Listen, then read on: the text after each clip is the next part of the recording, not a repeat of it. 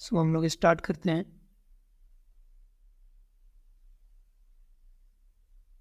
Problem on rotational mechanics.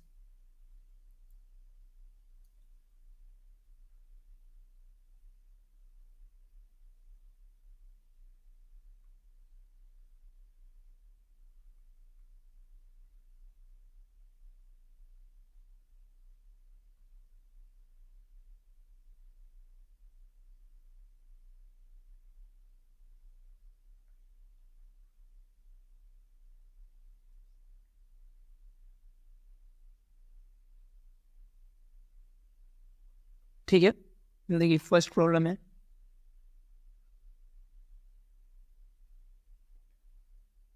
एक spherical, एक hollow sphere है जिसका मास सेम है।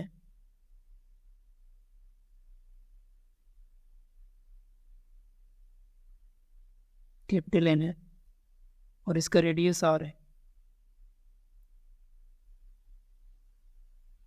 इसमें पानी भरा हुआ है। ठीक है, और इस वाटर का मास एम है, स्मॉल एम, और एक कैपिटल एम है।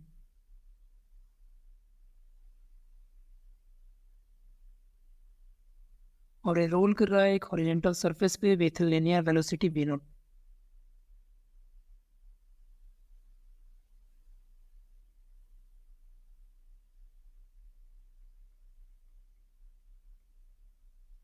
एक हॉरिजॉन्टल सरफेस है, इस तरफ ये v नॉट से मूव कर रहा है। ठीक है, हमको निकालना है सबसे फर्स्ट में kinetic energy of the system.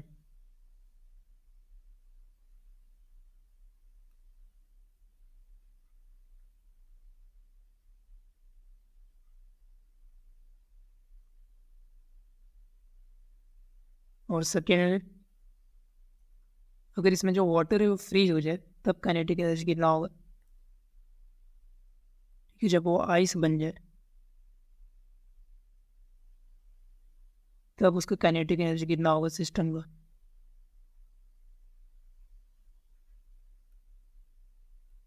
ठीक है,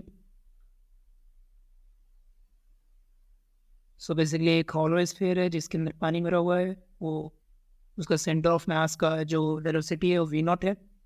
हमको बताना है टोटल एनर्जी इसके पास कितना है।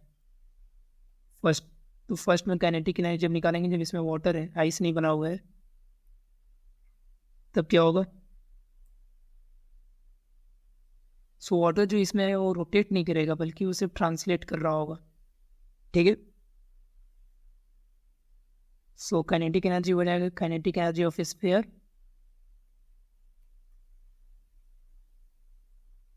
Plus kinetic energy of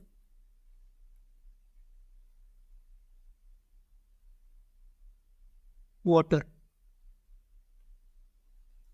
sphere का काइनेटिक एनर्जी कितना आ जाएगा, half I cell omega naught square plus उसका velocity half capital M V C का स्क्वायर, क्योंकि स्फीयर का फिर वाटर का हो जाएगा।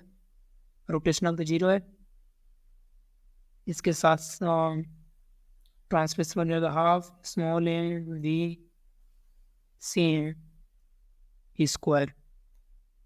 ठीक है, तो इसका हम वैल्यू पुट करेंगे तो हो जाएगा हाफ आई सी एम का वैल्यू कितना हो जाएगा, ऑलवेज पर 2/3 mr²।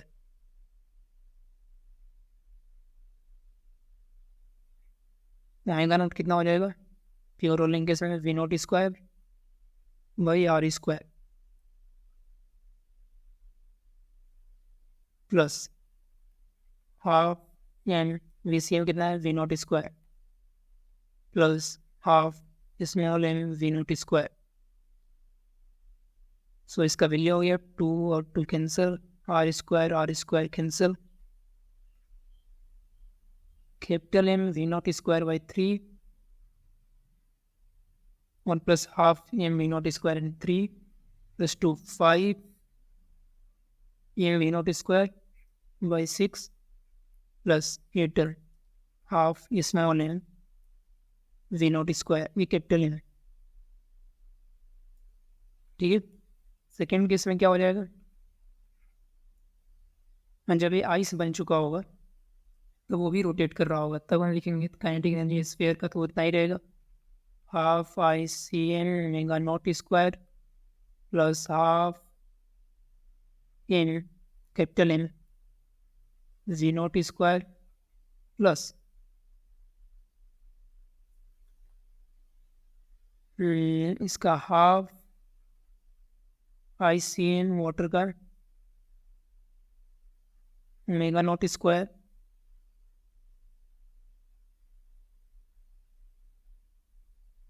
Plus half small N V naught square. So first में हो जाएगा हाफ आई सी एन का value 2/3 N R square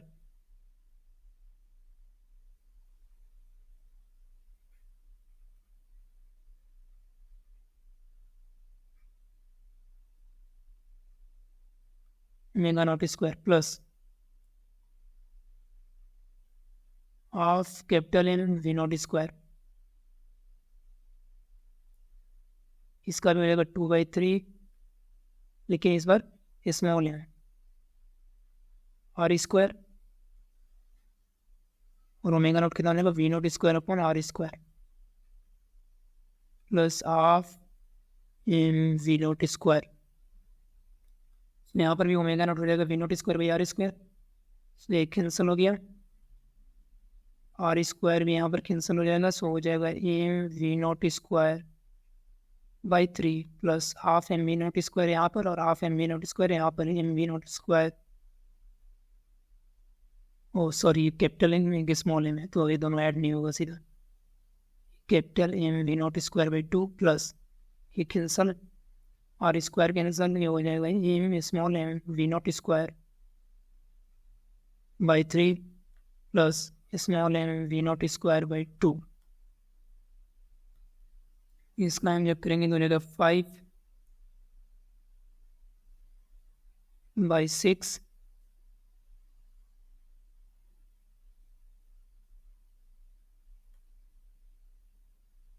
actually 2/3 की जगह 2/5 होगा, क्योंकि जब आइस होगा ना तो सॉलिड स्फीयर बनाएगा, 2/5 हो जाएगा, इसलिए यहाँ हो जाएगा M V naught square by 5 capital M V naught square plus यहाँ पर हो जाएगा 7/10 small M V naught square. ठीक है, और नेक्स्ट प्रॉब्लम देखते हैं।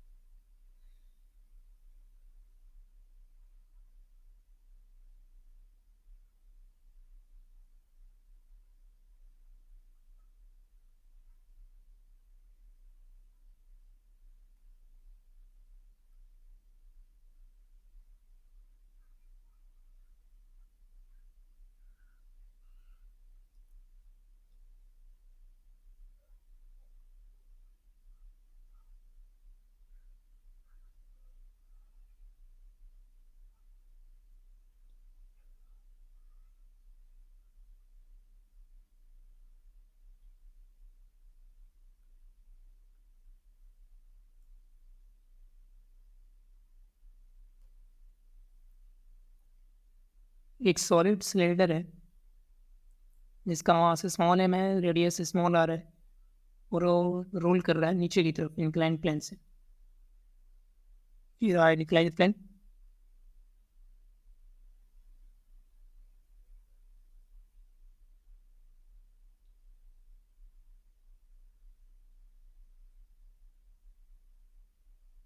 ये एंगल है थीटा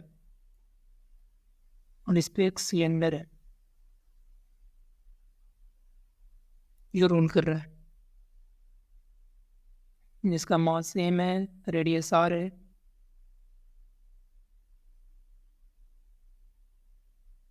और फ्रिक्शन एनफ है प्रिवेंट करने के लिए स्लीपिंग यानी रोलिंग में है।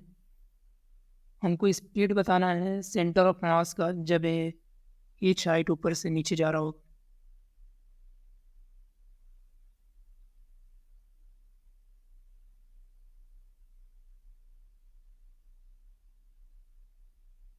यहाँ से अगर ये छेद नीचे यहाँ से आ रहा होगा तब हमको इसका वेलोसिटी कितना होगा।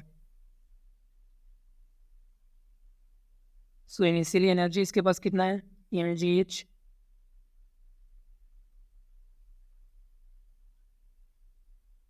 फाइनल एनर्जी कितना हो जाएगा, half M velocity of centre of mass VCN square plus half ICN omega square.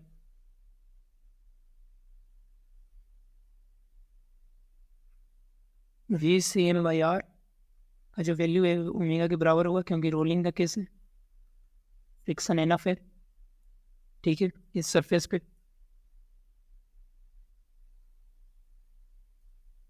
और ICN centre moment of inertia कितना होता है, सेंटर ऑफ मास के अबाउट सॉलिड सिलेंडर का,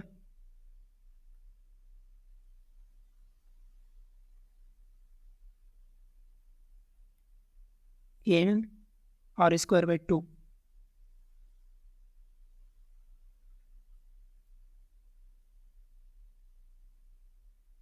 सो जो E2 का वैल्यू हो जाएगा ये हो जाएगा एम VCM की जगह ओमेगा स्क्वायर या ओमेगा की जगह equal half M VCM square plus half ICM की जगह MR square by 2 into omega की जगह VCM square by R square. So E2 equal to हो जाएगा M VCM square by 2 plus M VCM square by 4। LCM लेंगे इसका तो हो जाएगा 3/4 एम VCM स्क्वायर, ठीक है। सो एनर्जी कंजर्व रहेगा, प्योर रोलिंग केस में एनर्जी तो कंजर्व रहता ही है। सो E1 इक्वल टू 80 होगा और यहाँ से VCM निकल जाएगा mgh equal to 3/4 M VCM square, M cancel, so VCM equal to under root 4/3 GH, ठीक है। नेक्स्ट प्रॉब्लम देखते हैं।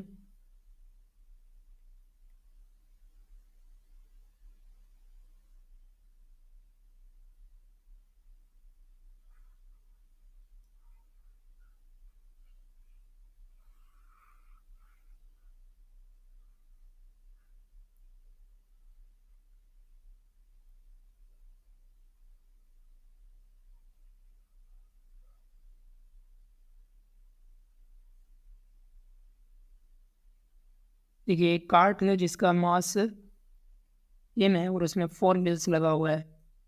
मान लेते हैं कि वो ये व्हील्स और डिस्क है, सबका रेडियस R है।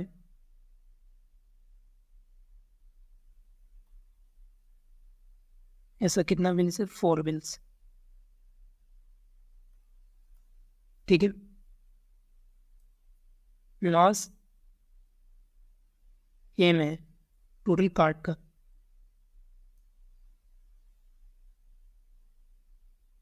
एक व्हील का नहीं, उसकी टोटल कार्ट का मास एम है और रेडियस इस कार्ट का R है, इस व्हील का।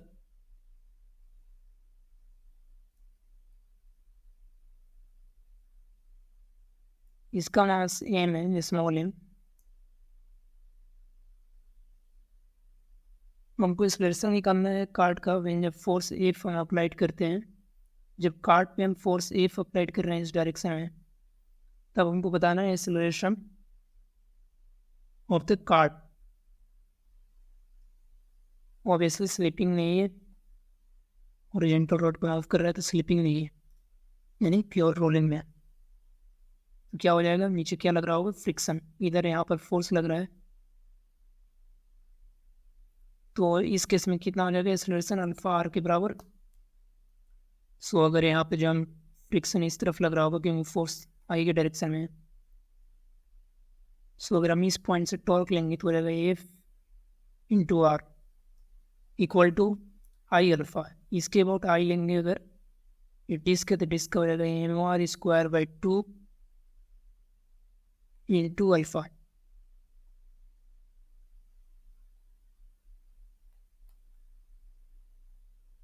सो F equal to M R alpha by 2।